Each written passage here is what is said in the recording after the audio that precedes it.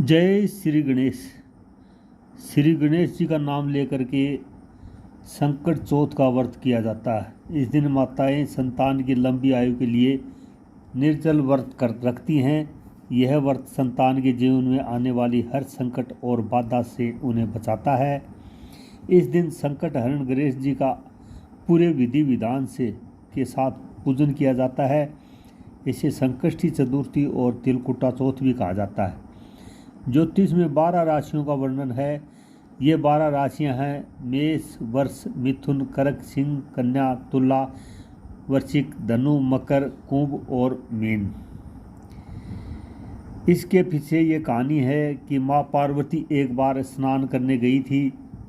स्नान घर के बाहर उन्होंने अपने पुत्र गणेश जी को खड़ा कर दिया और उन्हें रखवाली का आदेश देते हुए कहा कि जब तक मैं स्नान कर खुद बाहर न आऊं, किसी और को भीतर आने की इजाज़त मत देना।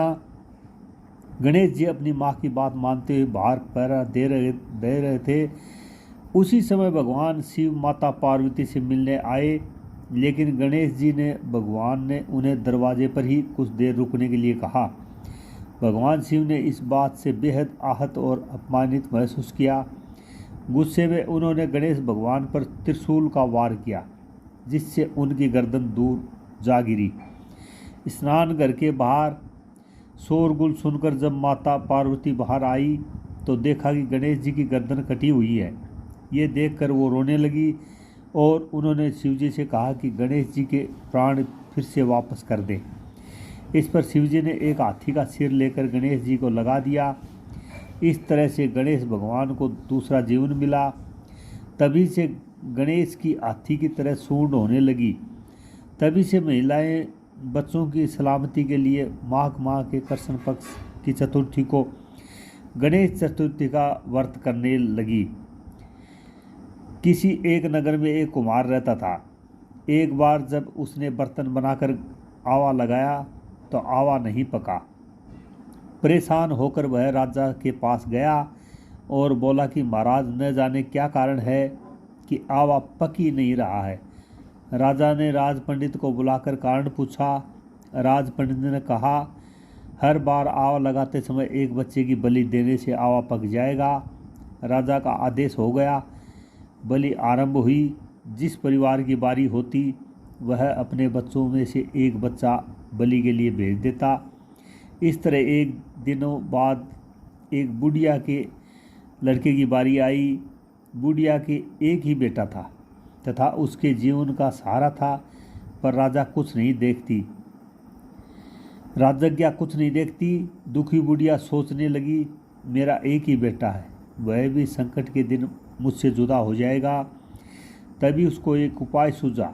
उसने लड़के को संकट की सुपारी तथा दूब का बीड़ा देकर कहा, भगवान का नाम लेकर आवा में बैठ जाना, संकट माता तेरी रक्षा करेगी।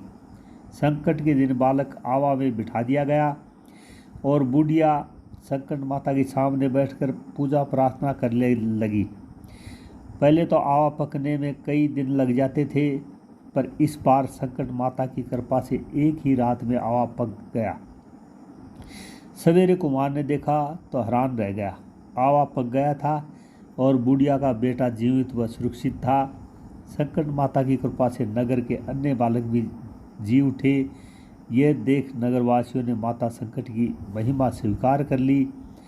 तब से आज तक संकट माता की पूजा और व्रत का विधान चला आ रहा है। एक बुढ़िया थी, वह बहुत ही गरीब और दृष्टिहीन थी। उसके एक बेटा और बहू थे।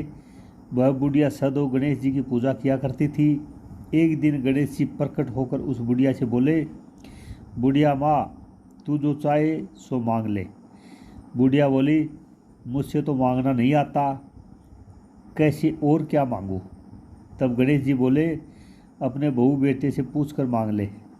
तब बुढ़िया ने अपने बेटे से कहा, गणेश जी कहते हैं तू कुछ मांग ले, बता मैं क्या मांगूँ। पुत्र ने कहा, माँ तू धन मांग ले। बहू से पूछा तब बहू ने कहा, नाती मांग ले। तब बुढ़िया ने सोचा कि ये तो अपने अपने मतलब की बात कर रहे हैं। अतः उस बुढ़िया ने पड़ोसिनों से पूछा, तो उन्होंने कहा, बुढ़िया तू तो थोड़े दिन ही जिएगी, क्यों तू धन मांगे और क्यों तू नाती मांगे, तू तो अपनी आंखों की रोशनी मांग ले, जिससे तेरी जिंदगी आराम से कट जाएगी। इस पर बुढ़िया बोली, यदि आप प्रसन्न हैं तो मुझे 9 करोड़ की माया दे, निरोगी काया दे, अमर सुहाग दे, आंखों की रोशनी दे, नाती दे, पोता दे और सब परिवार को सुख दे, और अंत में मुझे मोक्ष दे। यह सुनकर तब गणेश जी बोले, बुढ़िया माँ, तुमने तो हमें ठग लिया, फिर भी जो तूने मांगा है वचन के अनुसार सब तुझे मिलेगा। और यह कहकर गणेश जी अंतर्ध्यान हो गए। उधर बुढ़िया माँ ने जो कुछ मांगा वह सब कुछ मिल गया। हे गणेश जी महाराज, जैसे तुमने उस बुढ़िया माँ को सब कुछ दिया वही सबको देना, जो मेरी कहानी सुन रहे हैं उनको भी देना, उनके परिवार को भी देना, और जो भी गणेश जी महाराज में आस्था रखते हैं उन सबको सब कुछ देना और समर्थ बनाना। जय गणेश जी महाराज।